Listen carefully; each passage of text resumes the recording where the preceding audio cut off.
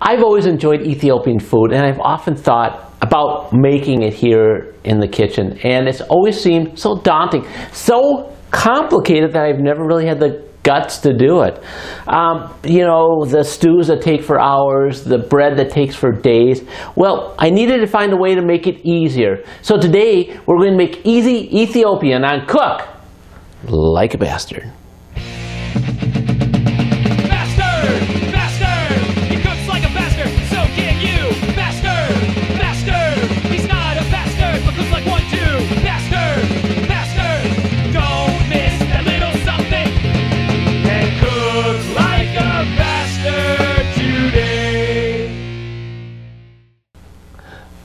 Boy, oh boy, do we have a great show today. We are making Ethiopian food. Easy Ethiopian food here on Cook Like a Bastard. We're bringing a great amount of vegetables and spices together to make some tasty stews and some wonderful cheese and a tomato salad and the injera. Now, what I was really scared about with making Ethiopian food is how to make the injera. You know, it takes like 3 days to make a traditional recipe, but we found a recipe where we can just do this in a matter of minutes, and we can bring this whole thing together and make just a wonderful, fantastic meal for you today on Cook Like a Bastard. And cook like a bastard today. When you think of easy, and that's what we're doing today, making easy Ethiopian food, what could be easier than throwing a bunch of stuff in a crock pot and magically having a delicious stew? Well, we're going to make some Doro wat, or chicken stew. And to do that, I'm going to start with 1.5 pounds of chicken, and I'm using boneless chicken tenderloins because they're halfway cut that way already. And I'm going to cut these into 1 inch cubes. Now this is probably going to be the main course. It's a meat course here, tasting a lot of different ingredients that we're going to have in here.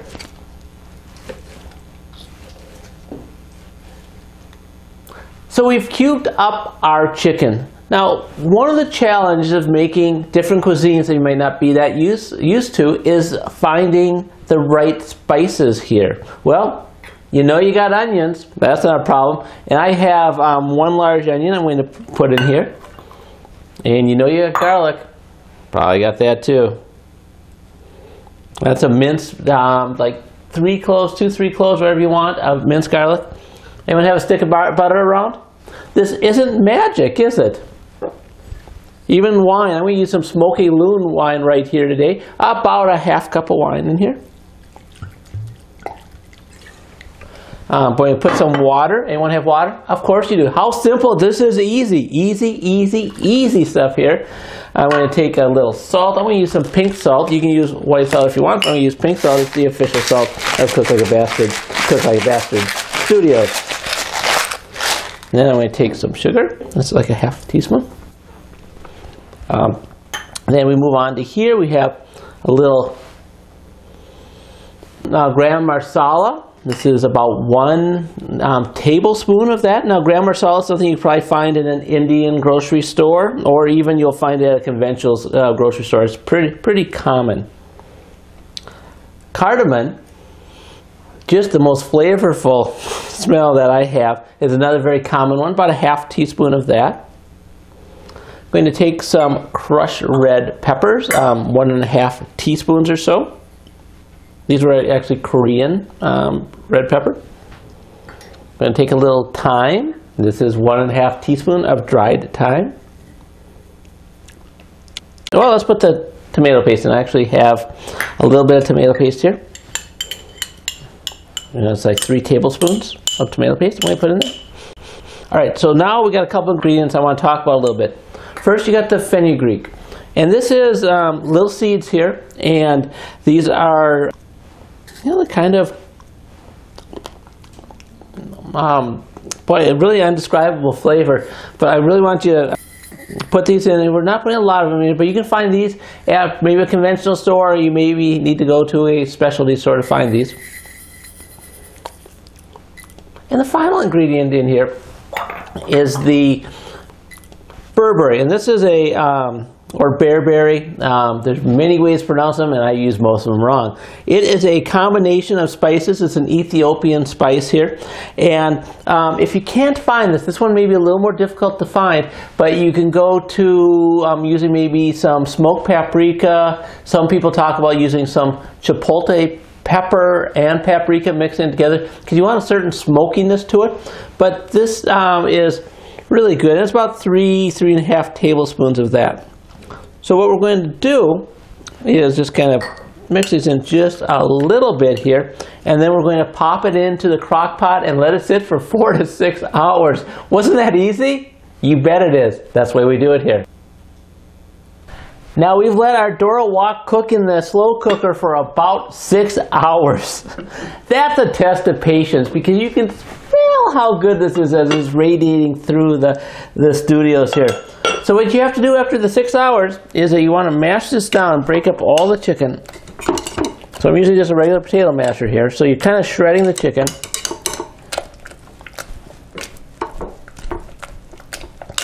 Oh, yummy. Careful not to burn yourself because this is hot.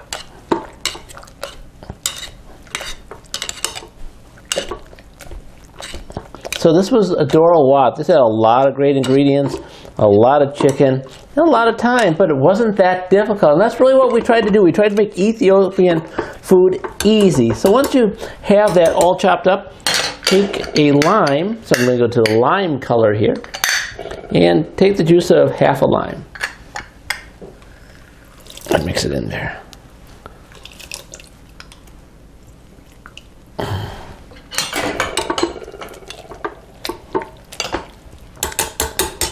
And there you go. You got some Doro wok. And I say, what? I said, this is good. This is a great chicken Ethiopian stew. It's made very easy, a great part of any meal. Here on Cook Like a Bastard. And cook like a bastard today. In our pursuit to find easy Ethiopian meals to cook, sometimes we find the pronunciation is tougher than even cooking it. Today we're cooking kik alicha, or yellow split pea stew. And it starts out pretty simple. We rinse a cup of dry yellow peas. We're going to put these in our pan here. And I got 3 cups of water. And I'm going to cover this up with the water. Turn it on. Put it on the lid. So the peas have been going for about 20 minutes or so. They're looking good. At this time, you're going to want to heat up a little bit of broth into a frying pan. This is vegetable broth. So we're going to heat this up just a little bit. So while we're letting our broth heat up, we're going to mince some garlic up here, about 3 cloves.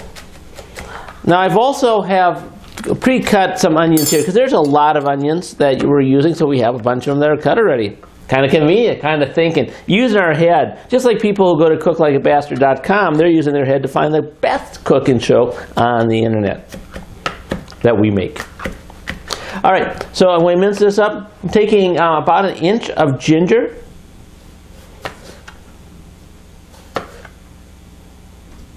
Now, which do you prefer, ginger or Marianne? Just asking. We couldn't find any Marianne at the Ethiopian supply store, so we ended up using the ginger.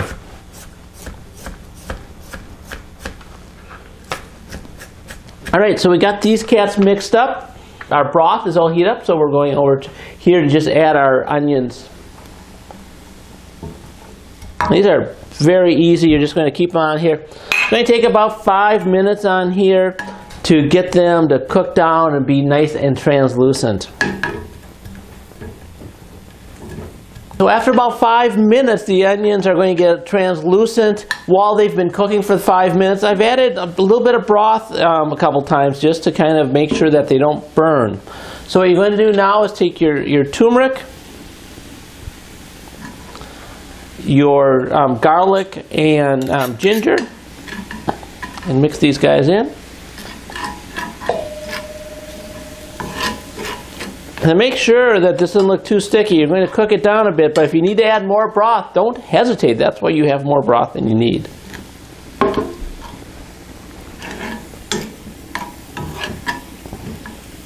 Whoa, this is fragrant. This whole show should have been filmed in smell-o-vision. You know, a couple more sponsors, we can afford the license, but right now we can't do everything in smell-o-vision, even though we'd like to. So we're going to take some salt. We're using pink salt. It's the official salt of Cook Like a Bastard, Cook Like a Bastard Studios, and we're using, you know, as much as you want or as much as you don't want. Just put some salt in it. It's really the taste. You can put them in here, or you can put them in the peas, whichever way you want to do. And we put them here in this.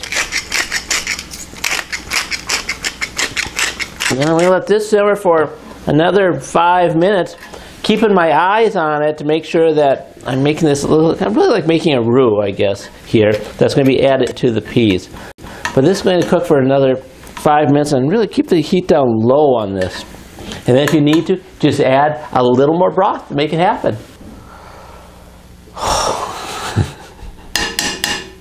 Man, oh man, these flavors have come together good. So this has gone on for about another 5 minutes. Again, add broth if you need to. If you don't, but you can tell. So I'm going to put these in and add them to the peas here.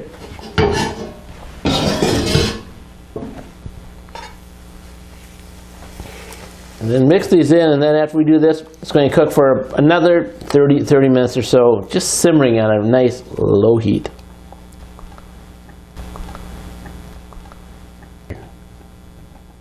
And cook like a bastard today.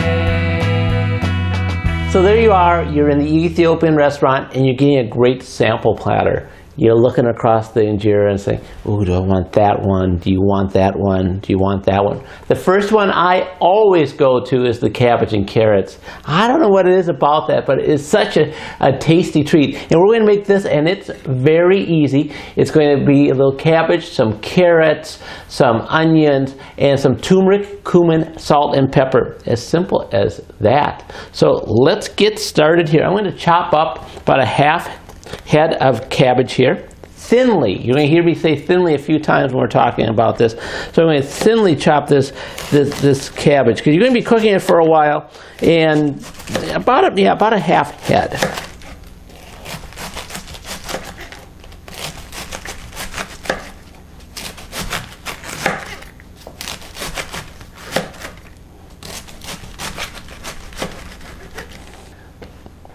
And you'll end up with a bowl of cabbage if your bowl is the right size of mine, anyhow. So anyhow, pretty thin sliced cabbage, just like this. All right, so next thing I'm going to do, I'm going to take my 4 carrots. I'm going to thinly slice those up. Clean them, slice them thinly. Did I say thinly? That's what we're talking about here. Thin carrots, because thin carrots are the best carrots. So I hear. Unless you like the thicker carrots, because we're really not the judgmental type here. But we're going to be making thin carrots on here, and we're going to be chopping up 4 of them. Oh, that one was thick. Caught me, didn't you?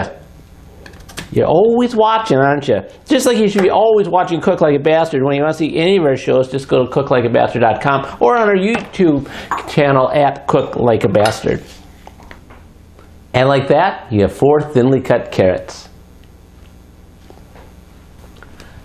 So we're talking about doing some thin slicing, and what else can we thin slice? The onions, the ever-challenging onions. We're getting better. I swear we really are here. We're learning better onion technology, making it more tear-free, more tearless, more... I don't know what it is. I just love this Ethiopian food. So cut these guys thinly, because when you cut them thinly, you get to slice them more. And there's nothing much more fun than watching us slice onions thinly. And as long as you're in the cutting mood, you might as well think about cutting your potatoes. We're going to be cutting up 5 potatoes in, bite-sized cubes. These are going to be put in a little bit later, though, in the process. But again, while you're cutting them, after about 20 minutes of simmering this stuff, you're going to put the potatoes in. But let's cut them up now, because you don't want to do any more cutting after that point.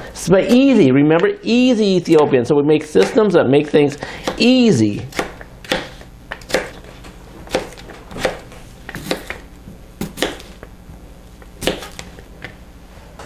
Okay, now that you've chopped everything up, we're going to heat up a half cup of olive oil. I'm going to let that warm up just a smidgen in our brazier here. So after you let the olive oil warm up for a little bit, you pour in your carrots. Make sure it doesn't splatter on you. And your half cup of onions. And then chop these up so all the pieces come out. You're going to be cooking this for a little bit, so it's all going to break down.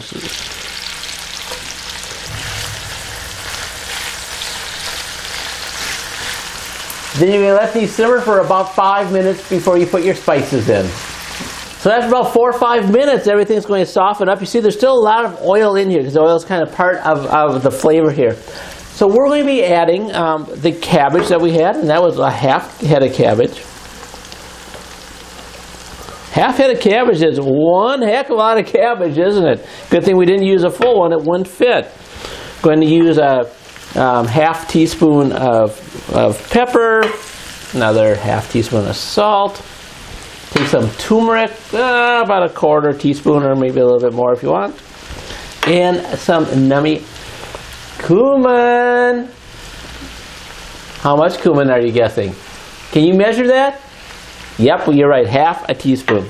So we mix these guys together, and then this is going to cook for about 15 minutes. And then after that point, we're going to add the 5 potatoes that we've already cut. It's time saving because it's easy Ethiopian. Look how beautiful this is. The cabbage and the carrots are just, man, the onions are just mingling together, saying, ooh, I taste better. No, you taste better. No, I taste better. Together they get better. And what's going to make them even better? We're going to add 5 potatoes to this mixture here. And after we put these in, we're going to cover this up and we're going to cook it for 15, 20, 30 minutes until it gets softened. You all know exactly when it's done. I would start at 20 minutes. If not done yet, go to 30. It's very easy. Don't follow the rules. Just cook. That's why we do it here. We cook like a bastard studio.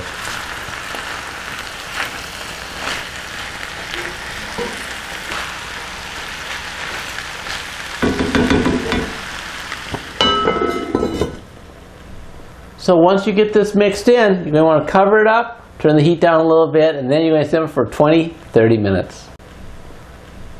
And cook like a bastard today.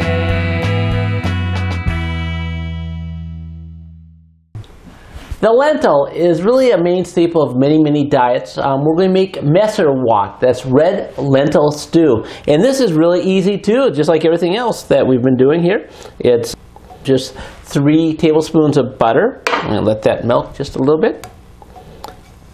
Then once it starts to melt, I'm going to grab 1 onion, a large onion, and then we're going to just reduce these down until it gets a little more translucent.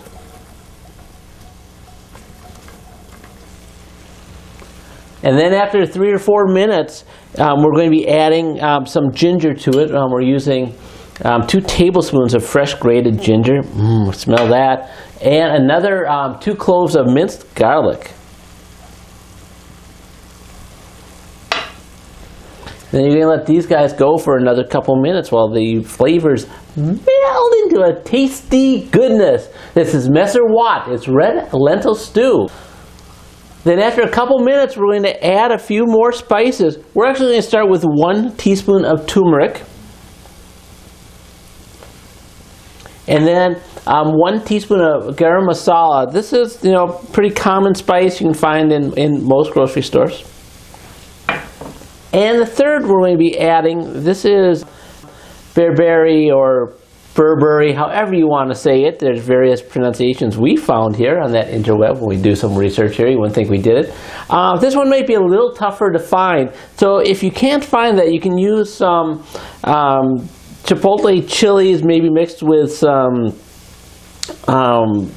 with paprika, or if you just find hot smoked paprika, that'd be really good. But this is really a great combination. If you can find it, it really makes the dish pop just a little bit. But again, it's the flavors we're looking for. We're really not trying to be complicated and get fancy spices, because what we're trying to do is make this approachable so it's easy. So you probably got all this stuff in your kitchen already. You can just make stuff up and it's going to taste good. Isn't that the essence of what we do here? So grab a couple tablespoons of tomato paste.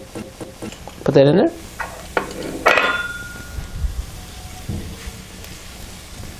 And then once the tomato paste breaks up a little bit, take a little pepper to taste, of course, the ever popular to taste. And of course some of the pink salt. This is pink salt, it's official salt of Cook Like a Bastard. Pink salt is Cook Like a Bastard, official salt.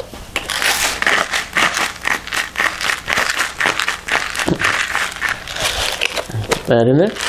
So once we mix this up, then we're going to add our 2 cups of split red lentils. And now we soaked these already and cleaned them. That's an important thing because that's an important thing to do, trust me. And then we're going to add 1 boatload of water. If you're wondering how much 1 boatload of water is right now, that is 6 cups. Pour the water in here. You mix this up, and you can see there's a lot of cooking down that's going to have to happen. So I'm going to turn this babe up to high, and I'm going to bring it to a boil. After that, we're going to lower the heat, let it sit for about 20 minutes, and, well, we'll be back, and you're going to see that part. But these things mixing up, they're flavorful, and they're tasty. Trust me. Why wouldn't you? It's my show. We'll see you in a bit. Wow. So after, this is really good.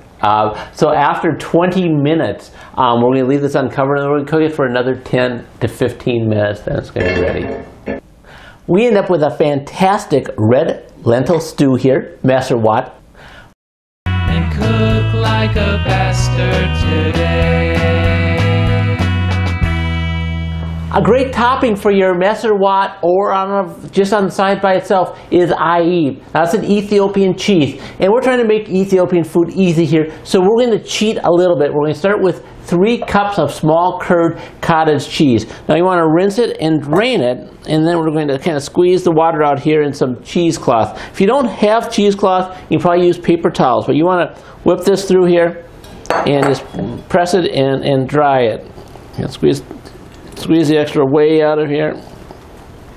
So once you get all the moisture out of here, you're going to see just how easy this is. So I squeeze this out of here. I put it back in my original bowl.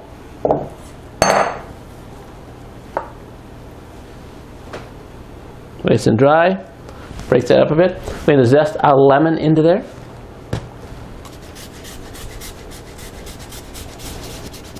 Oof, that's fresh smelling. Must be the lemon that smells so lemony.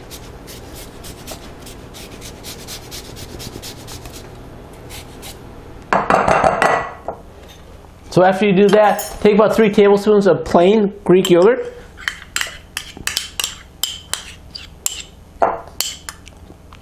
And take the salt of your choice, whatever type of salt you want to put in. And just a little bit, maybe about a 1/4 teaspoon or so. Mix it up.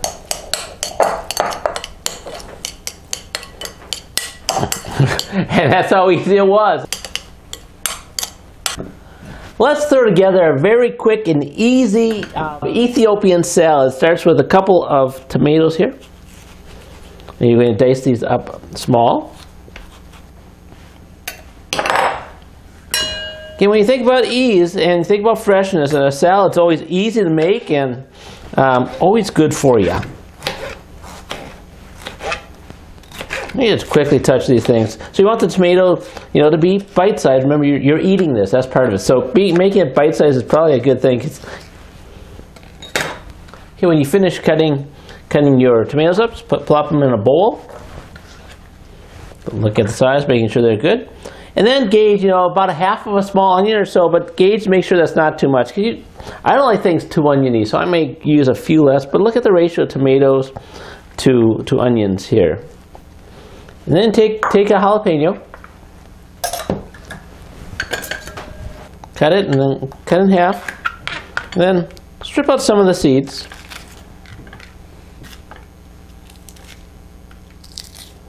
Then mince her up.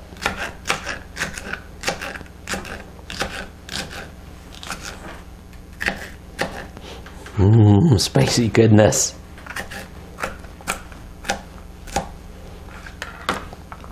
Make sure these are jalapenos, so make sure they're small enough so no one doesn't get a big bite of them. Pop those in. Take a few of the seeds you had to give it a little more heat. Just knock those in there. Mix these up a bit. Then we're going to mix up a very quick little dressing for it. The dressing is pretty easy. So we're going to start with 2 tablespoons of lemon.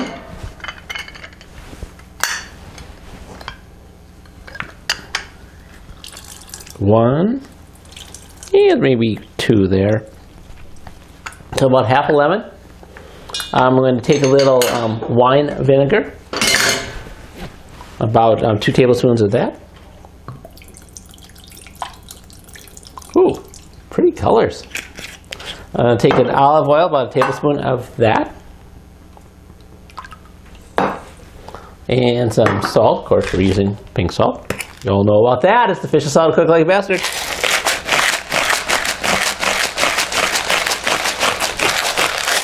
And then some pepper.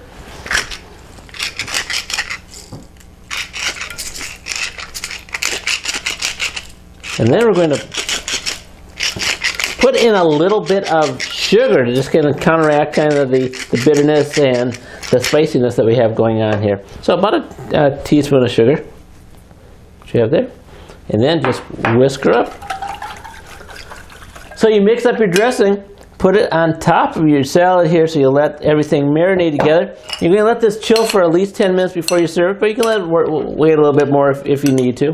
This is just a convenient, easy Ethiopian salad to make when you have time between all the other cooking you might be doing.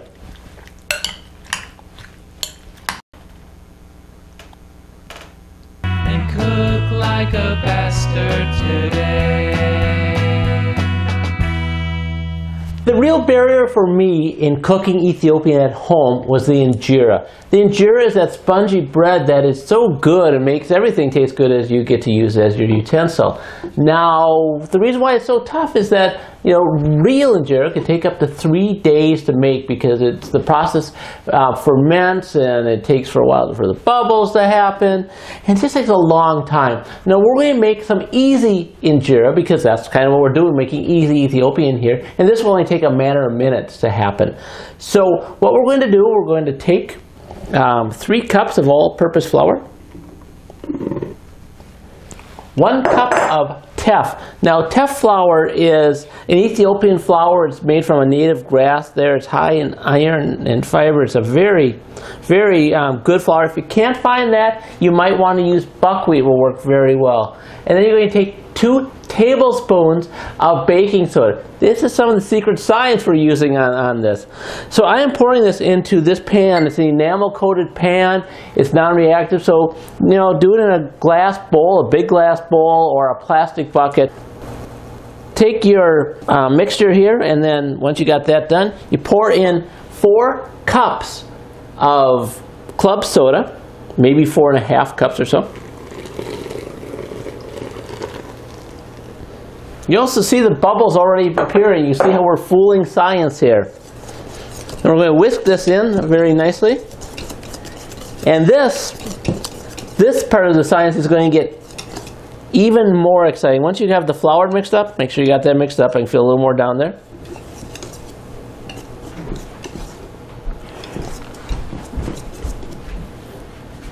And then we're going to add a cup of vinegar. And this is when the real magic happens. Yeah.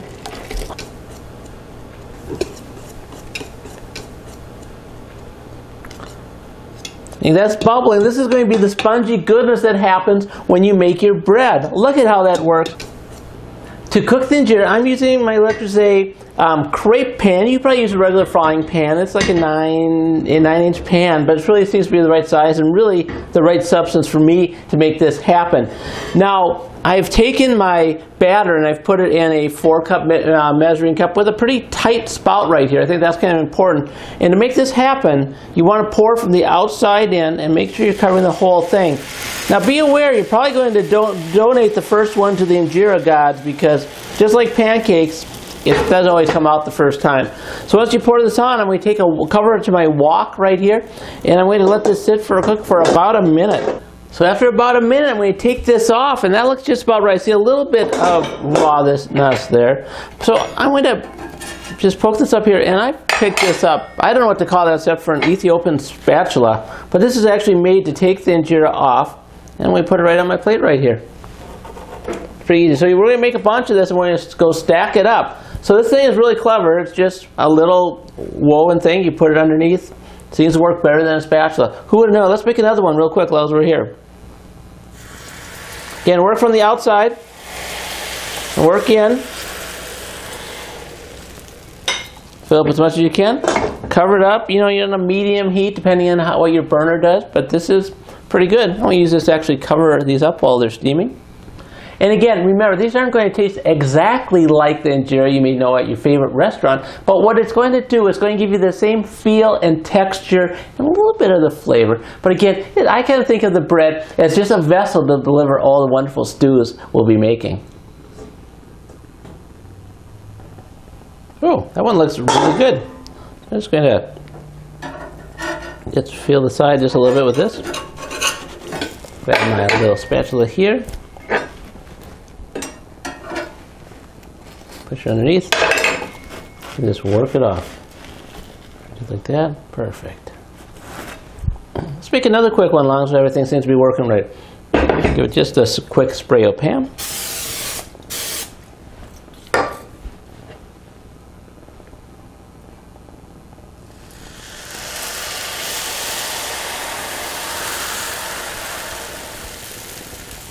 Pour it on.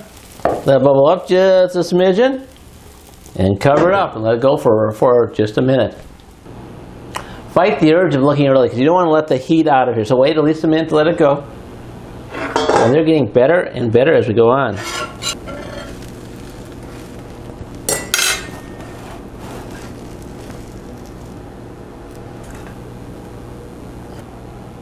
So these are pretty easy to make. I'm going to make a few more of these and you can make a few more of them too. Here on Cook Like a Bastard. Well, we did it. I don't know why I waited all these years to make this fantastic Ethiopian dish. We pulled all these things together and it wasn't tough. It was easy. This is what it's about. Don't wait. Embrace your kitchen. Enjoy cooking. Now, we had a great collection of food here. We started with our red lentils here, a little bit of our cheese, our cabbage, carrots and onions and potatoes, our Doro, the chicken stew, the tomato and jalapenos, and the yellow dal. Wow! And don't forget the injera. The injera, that was the thing that made it so difficult. But no, we were able to put all of these things together. Okay, I gotta try one of these for you. I'm gonna try the chicken, because it took the longest.